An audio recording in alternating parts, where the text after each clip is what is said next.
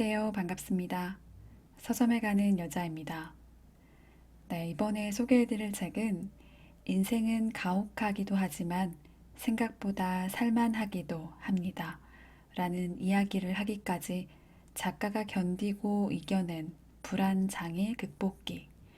김예지 작가의 두 번째 만화 에세이 다행히도 죽지 않았습니다. 라는 책입니다. 이 책을 읽기 전부터 저는 이 작가님을 유튜브 영상을 통해서 알게 되었는데요. 청소일을 하시면서 그림을 그린다고 소개했었던 내용이 얼핏 기억이 났습니다. 그때 제가 본 김예지 작가님은 당당하고 소신 있고 자신만의 생각이 뚜렷한 멋진 사람이라고 생각했어요. 이 책을 읽기 전까지는 불안 장애가 있었다고 전혀 예측도 못할 정도로요.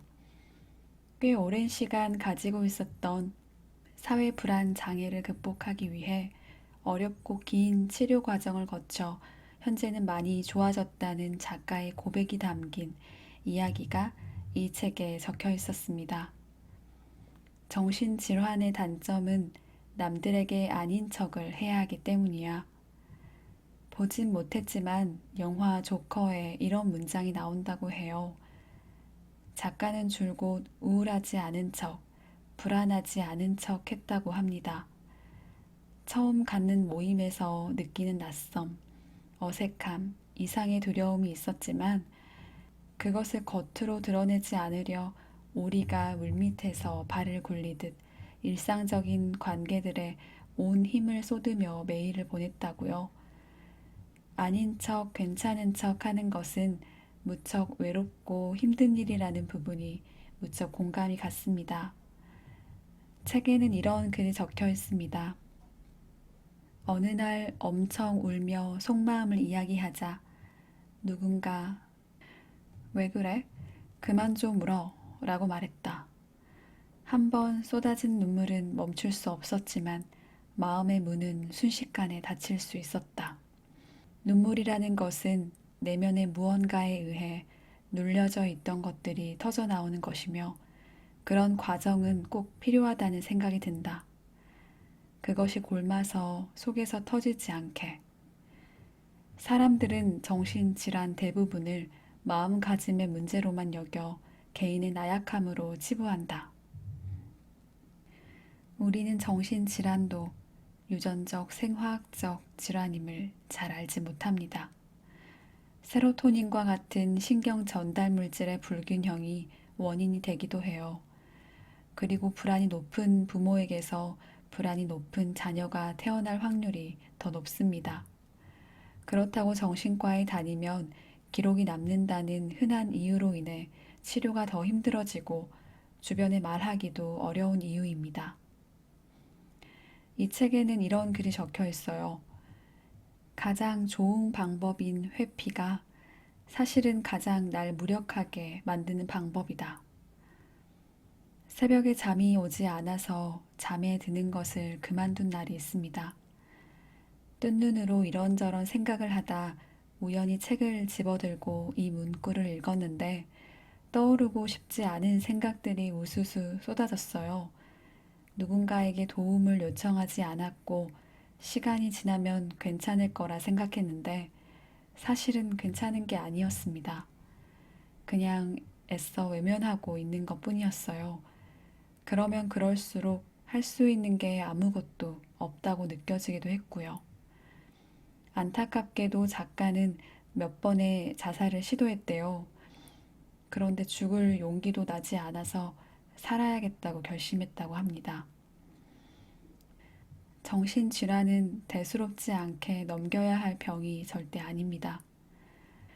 스스로도 질환인지도 모른 채 방치하고 있었던 것을 작가는 여러 전문가의 도움을 거쳐 기나긴 치료 과정을 겪었어요.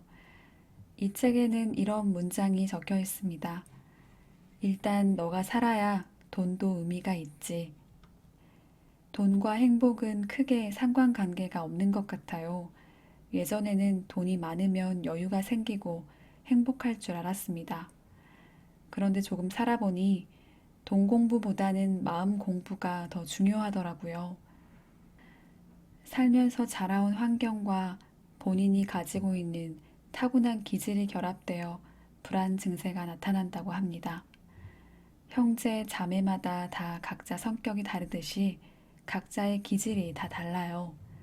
이 책의 작가와 저는 닮은 점이 많았습니다.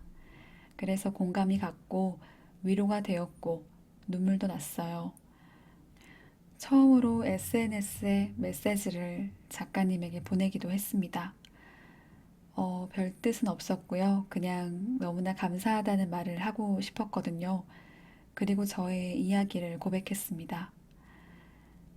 저는 그 다음 날 답장을 받았고 또 한 번의 위로를 얻었어요.